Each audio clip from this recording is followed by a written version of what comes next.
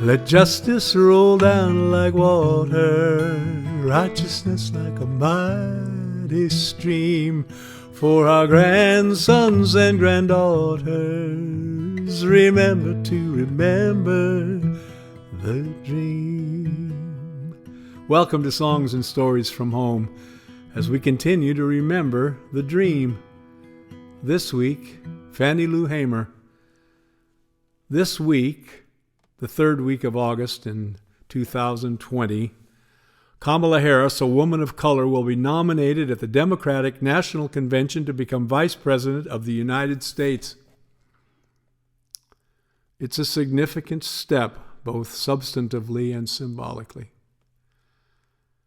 56 years ago, the Mississippi Democratic Freedom Party sent delegates to represent their state at the Democratic National Convention in Atlantic City.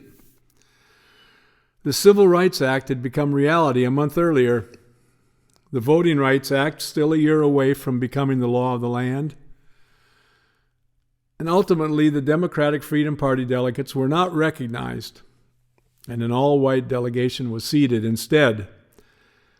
But not before representatives of the Freedom Party had stated their case before the Credentials Committee and on national television.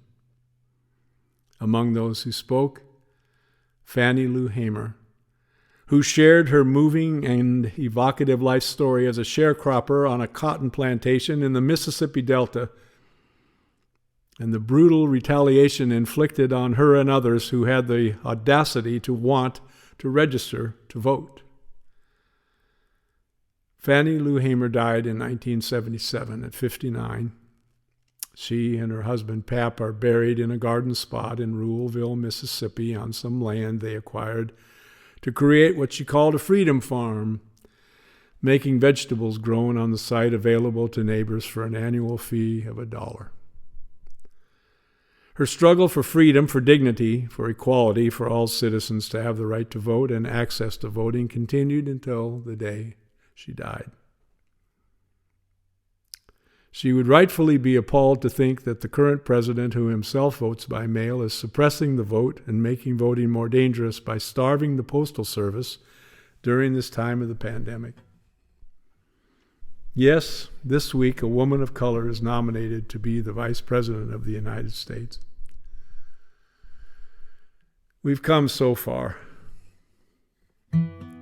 but only so far. Let justice roll down like water, righteousness like a mighty stream, for our grandsons and granddaughters.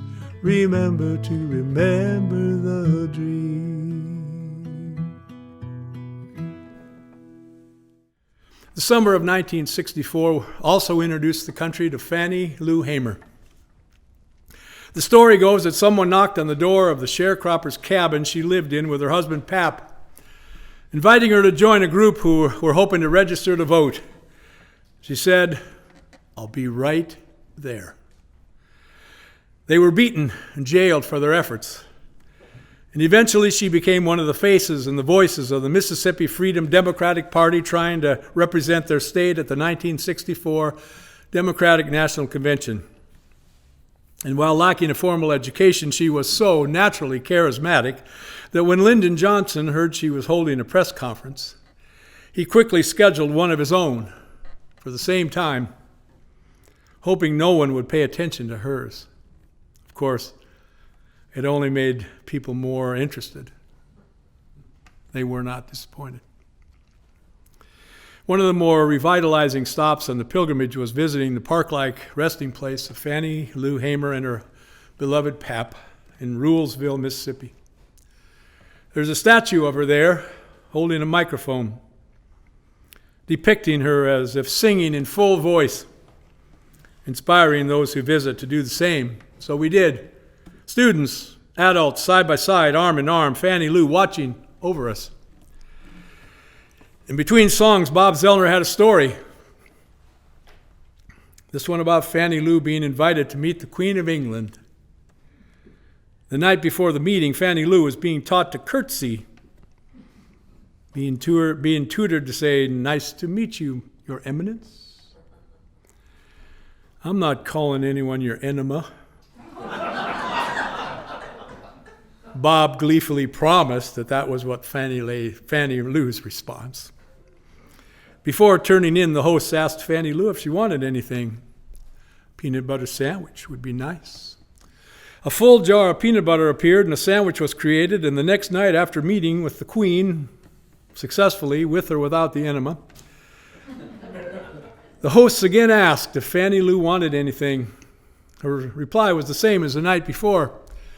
After searching, there was no peanut butter to be found, only an empty jar. The host baffled until Fannie Lou explained, "I'm sorry, but last night I helped myself to more. I wanted to know what it felt like for the first time in my life to have all of something I wanted." One of her most famous quotes is inscribed on her tombstone. "I'm sick and tired of being sick and tired." She believed in the righteousness of the cause, saying, when I die, I want to fall 5 feet 2 inches. I want to fall forward so I'm 5 feet 2 inches closer to freedom. She would often begin to sing this song to renew her spirits as well as those around her. This little light of mine, I'm gonna let it shine. This little light of mine, I'm gonna let it shine. This little light of mine, I'm gonna let it shine. Let it shine, let it shine, let it shine.